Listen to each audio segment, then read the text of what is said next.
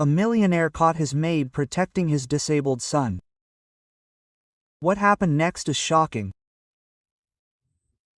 Before we begin, write in the comments where in the world you are watching today.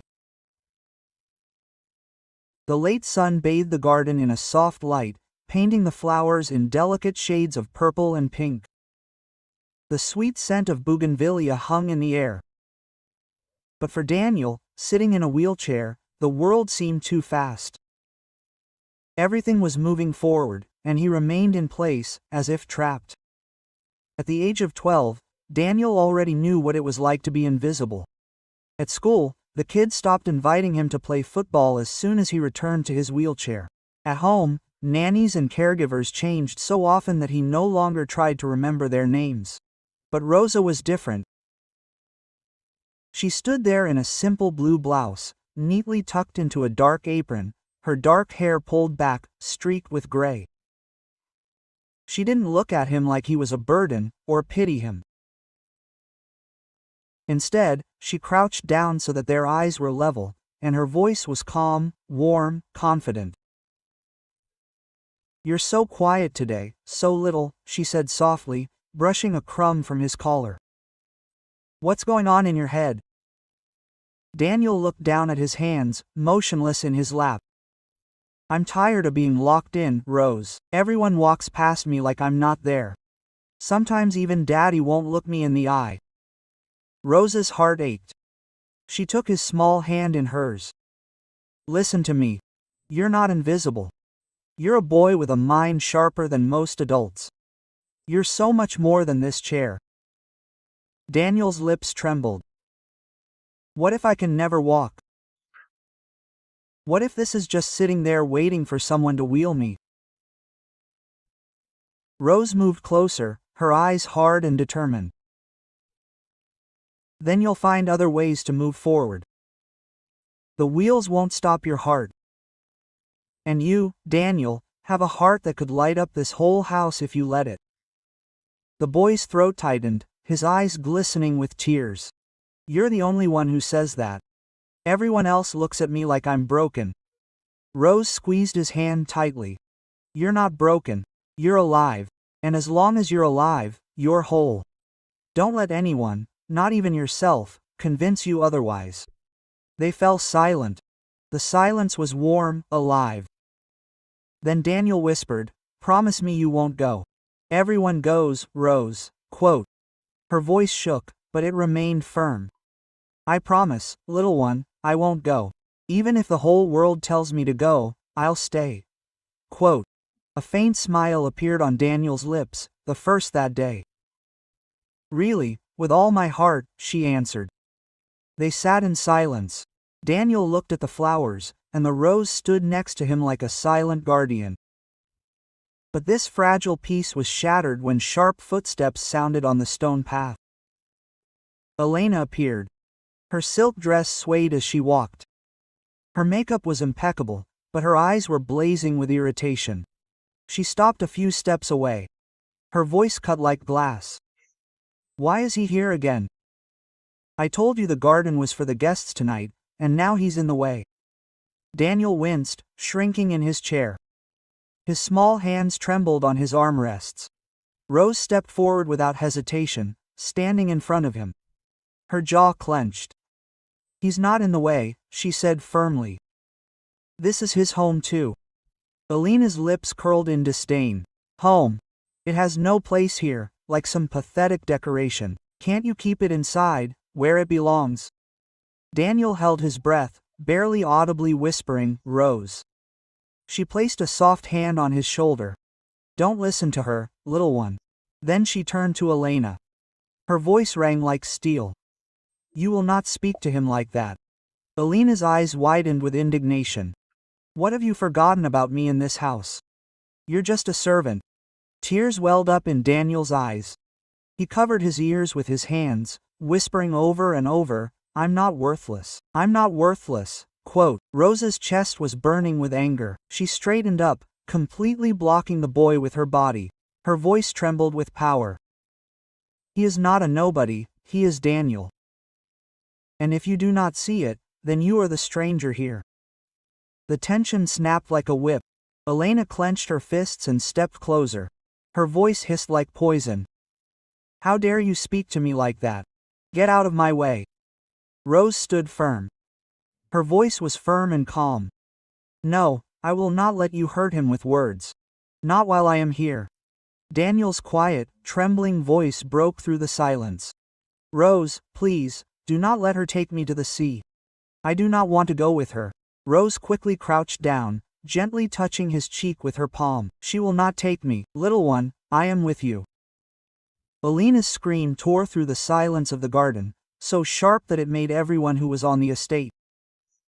You will regret your impudence. And at that moment Victor appeared. He had just returned from a business trip, still in a dark suit, his face tired, but the scene in front of him made him freeze in place. Elena, flushed with anger and screaming, Rose, standing like a shield, and his son, trembling in a wheelchair with tears on his cheeks. Victor's voice cut the air like a blade. What is going on here? Elena turned around first. Her face went pale, but then flared up with feigned indignation. Victor, thank God you're here. It's the maid, this woman is completely out of her mind. She screamed at me right in front of your son. Rose was silent, only hugging Daniel's shoulders tighter. His breathing was uneven, his fingers dug into the armrest of the chair. Victor's gaze fell on Rose. Is it true? Her voice was calm, confident. Yes, I raised her voice because your fiancé spoke to Daniel as if he were a burden. She told him to hide him inside, as if he were a shame that needed to be hidden. Daniel raised his head sharply, his eyes were shining with tears. It is true, Dad. She said that I am in the way, that I do not belong here. His voice trembled with pain. Victor's forehead tightened. Anger boiled under his skin. He turned sharply to Elena. Is it true? Her face trembled, but then smoothed out in a rehearsed denial. Victor, you know I would never. He must have misunderstood. You spoil him too much, and now even the servants. Enough. Victor's voice thundered, sharp and final.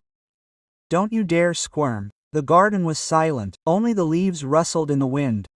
Then Rose spoke again, more quietly, almost pleadingly. Sir, forgive me if I have overstepped the mark, but no child should feel unwanted in my own home, even for a second. I'd rather lose my job than remain silent while Daniel is spoken to like that. Daniel's eyes widened, his lips trembled. Rosa, please don't go. Victor dropped to one knee in front of his son's chair. His hand firmly rested on the boy's.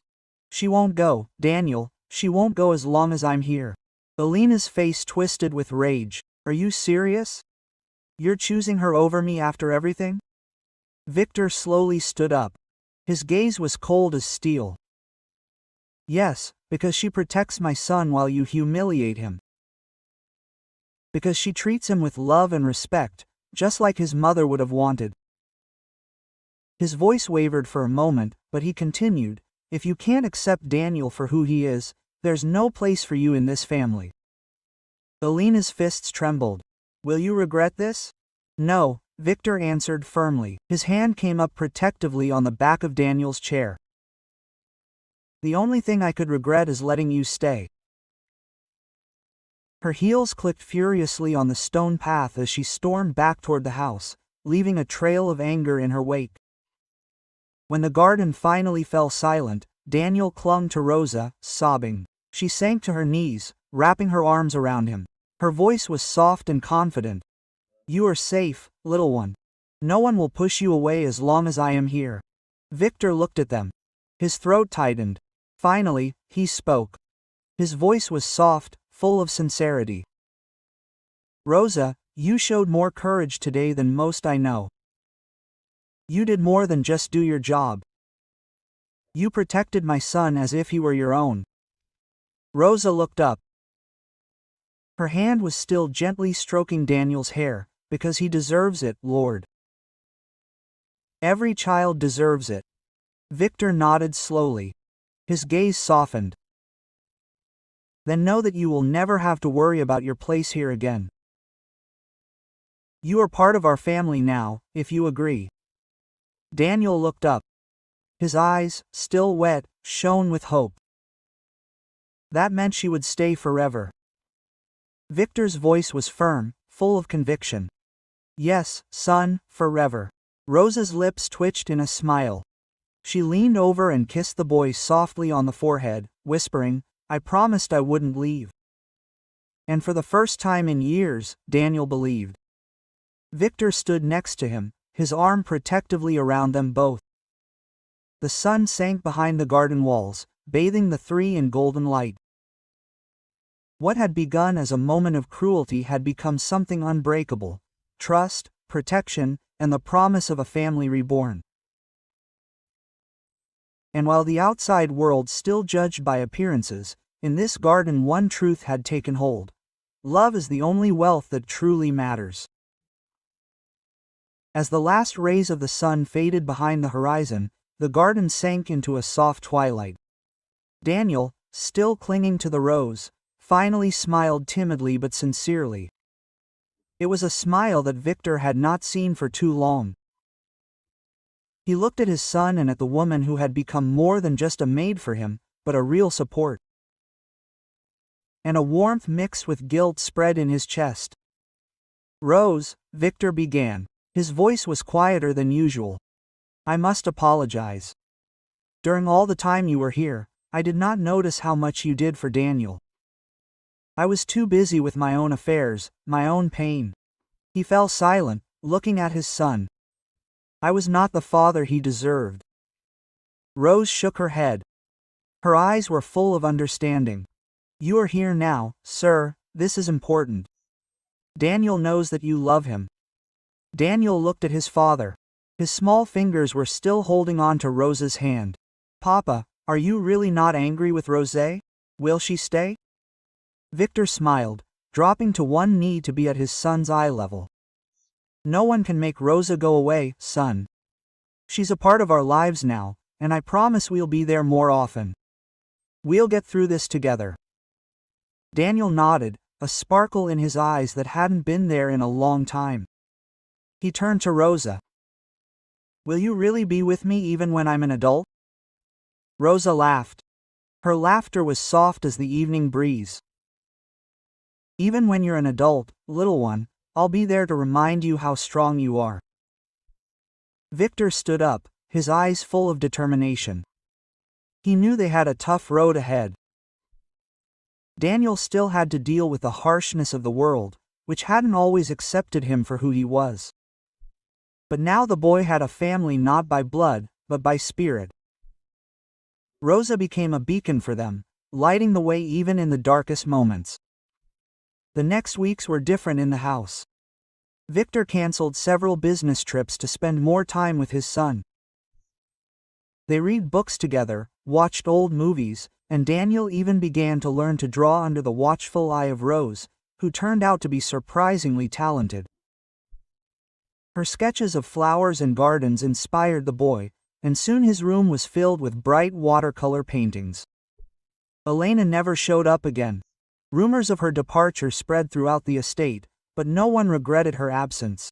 The servants, who had previously been afraid of her sharp temper, now worked with ease, feeling that the house had become warmer. Victor even promoted Rose, appointing her as the manager of the household, but she remained as simple and sincere as ever. One evening, when Daniel was already falling asleep, Rose sat by his bed, telling him a story about a brave boy who found the strength to overcome any obstacle. Victor stood in the doorway, listening to her soft voice. He realized that this woman had not only saved his son that day in the garden, she had saved their family. She reminded him that even in the most difficult times, love and support can heal any wound. When Rosa finished her story, Daniel sleepily murmured, "Rosa, you are like the mother I never had." She froze, her eyes sparkling, but she only gently stroked his head. "Sleep, little one, I will always be here." Victor quietly left the room. His heart was full of gratitude. He knew that their life would never be the same. They had become a family, not perfect, but real. And in this garden where it all began, new hope blossomed, promising a brighter future. If this story touched your heart, please support me with a like and a subscription. It will only take a second, and for me your support is a huge incentive to create further. Thank you and see you soon.